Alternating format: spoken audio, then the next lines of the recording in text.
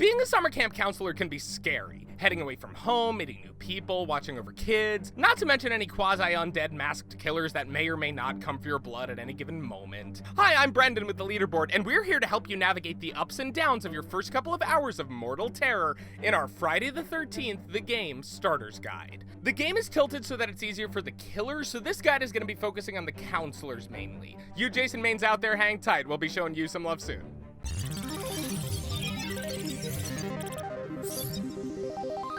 Survival basics. Alright, so before we get into how you're going to escape, let's just cover some basic mechanics of how to survive. There are a couple of important things you should know. Firstly, Jason can find you through sound or through his sensibility. Running or swimming are the loudest things you could possibly ever do, and they should really only be used to escape or as a last resort, because Jason will almost assuredly zero in on you as soon as you jump in that water.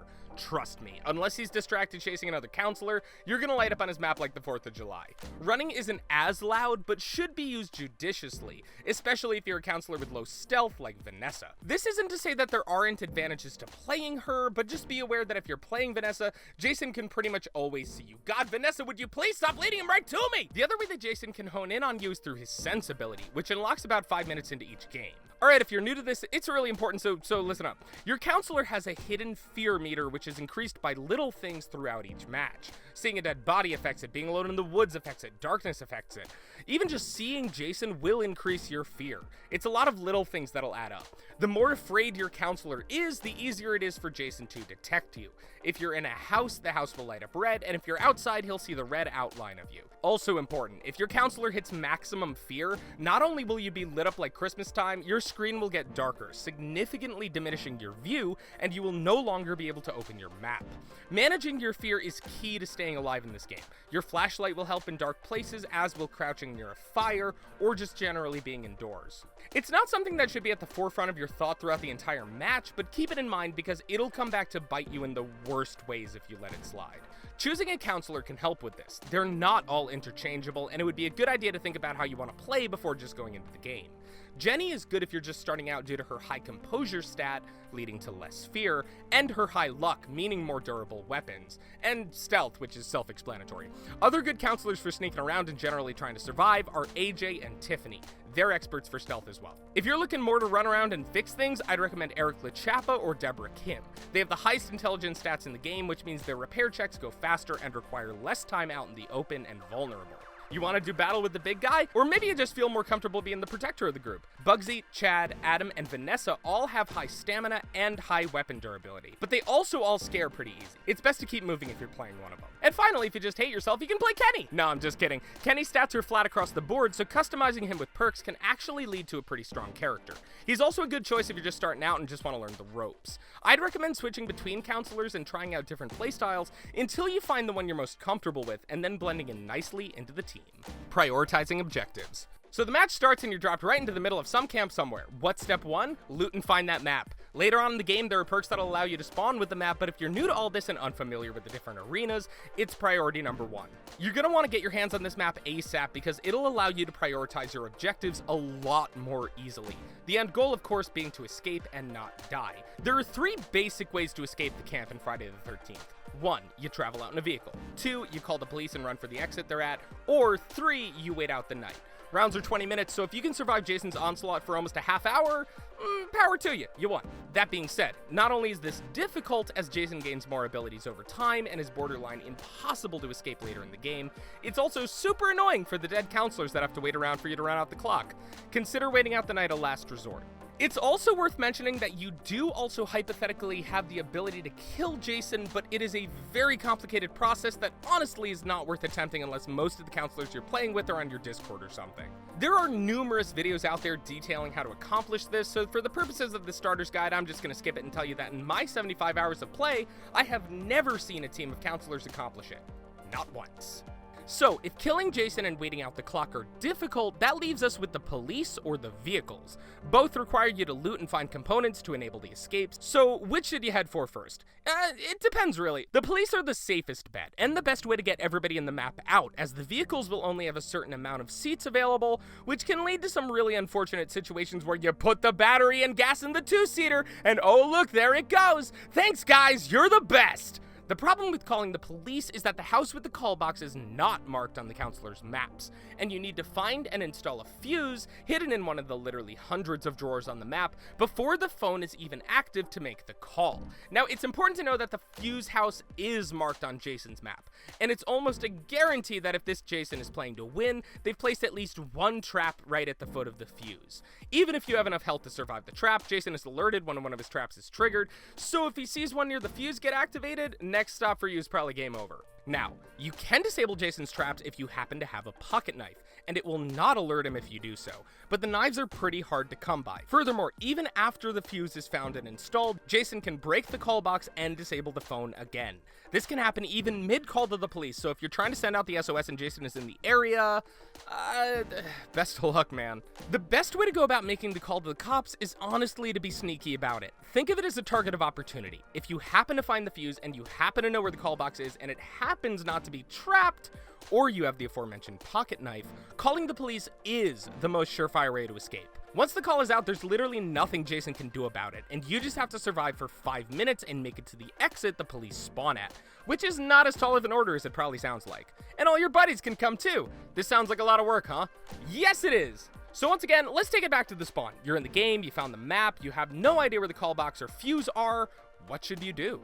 Vehicles. Vehicles are probably what you should head for first. Each map is going to spawn with a 4-seater car immediately identifiable because of its blue color, and either a 2-seater yellow car or a boat. Now hey, we're buds, so I'm gonna let you in on a little secret. If there's a boat on the map, you head for that boat right away.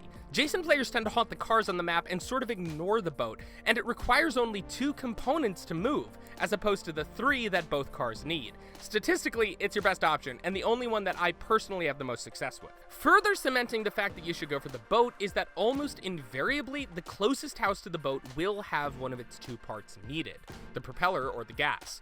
This means that you're almost guaranteed to have half the boat done right off the bat. Once that's done, it's basically just a race to see who can get the other part and escape.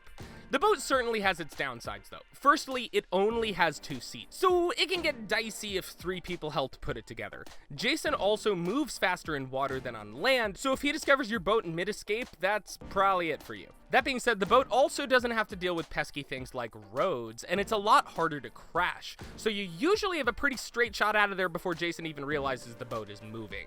So my official suggestion in my full capacity as a guy that does videos for the leaderboard is, if you're playing with only one other buddy, team up and make this your priority. Set sail for victory!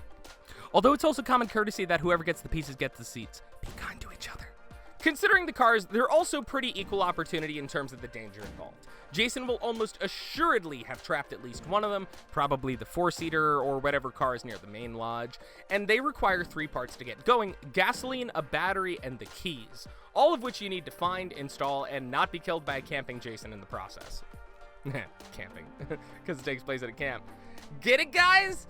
Guys? Maybe the biggest advantage of the cars, however, is that almost every other counselor will be going for them. I've played rounds where by sheer luck and serendipity, the team had a car moving within 2 minutes of the match start. It's not only way easier to make the 4-seater a common objective with strangers, but there's also safety in numbers. If you got 4 counselors near the car and Jason warps there, well, I mean, he can only chase one of you, right? As we mentioned before, there is also a 2-seater car, which requires the same amount of work and peril as the 4-seater.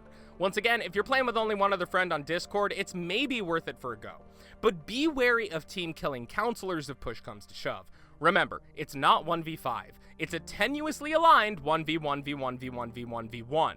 So alright, when you get the car started, rest assured Jason will be on you like a sweater on a dead, crazy mom. If the car runs into Jason, he'll smash it, which requires a quick restarting of the engine, by which time he's probably already grabbed the driver and ended their night.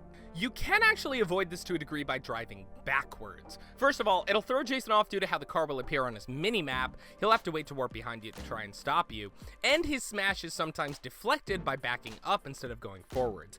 It's a little cheap, but hey, you're facing a dude who can warp around the map at random and is basically impossible to kill, so hey, take all the help you can get. When driving for the exit, the driver cannot open the map, but the passengers can. If you have a co-pilot, navigating the purposefully confusing camp roads will be much easier through our good friend, local area chat. Work together, guys! We can do it! Weapons and fighting back. So that's a basic rundown of how you should approach your objectives in the game, but how are you going to survive until then? Arm yourself, son! The weapons in the game are super useful at slowing Jason down, and will certainly aid you in times of crisis. It's a good idea to arm up as quickly as possible. The shotgun is easily the most powerful weapon in the game, and the one that will stun Jason the longest. Each level has at least one spawn of it around. It's usually at the archery range in Camp Crystal Lake, and on the couches in the main cabins at Packanack and Higgins Haven. The flare gun is also super useful, and they come part and parcel, of course, with that range. So getting your hands on either one of these is very recommended, especially if you're playing a counselor with low physical strength like Jenny or Tiffany. All the weapons in the game will deal either stun or damage to Jason. If you're just trying to escape, stun is probably the best bet. Attempting to kill Jason requires you to do damage with weapons that'll knock his mask off, like the machete or the axe, but I mean, between you and me, it's possible to kill Jason, but only barely. Realistically, if Jason knows what you're doing or your group isn't actively collaborating together to kill him, consider killing the big guy a lost cause. Trust me, it'll save you a lot of grief in the long run. If you're a counselor with higher physical strength, really take your pick for weaponry. The axe is probably the strongest weapon in the group, but the baseball bat stuns longer. Your luck stat determines how durable your weapons are, so if you just want to go ham on Jason, Vanessa or Chad are your best bets, as their strength and luck stats have probably the best balance in the game. You can also set bear traps for Jason, which can be super useful when you'd least expect it, or if you're playing a counselor with low strength. I'd recommend them in barricaded doorways so that Jason won't see them when busting through, and so that you'll have less of a chance to accidentally trap another counselor. You don't want that betrayal. Random thoughts and rapid-fire suggestions. Oh, Tommy Jarvis, don't jump through windows if you don't need to. It can seriously injure your counselor. Jason has trouble getting through fences. Use this to juke him. If you spawn near the main cabin at the beginning of the game, run literally anywhere else ASAP. Jason's alerted when you enter his cabin. Team killing carries a severe EXP penalty and is a real jerk move. Don't do it.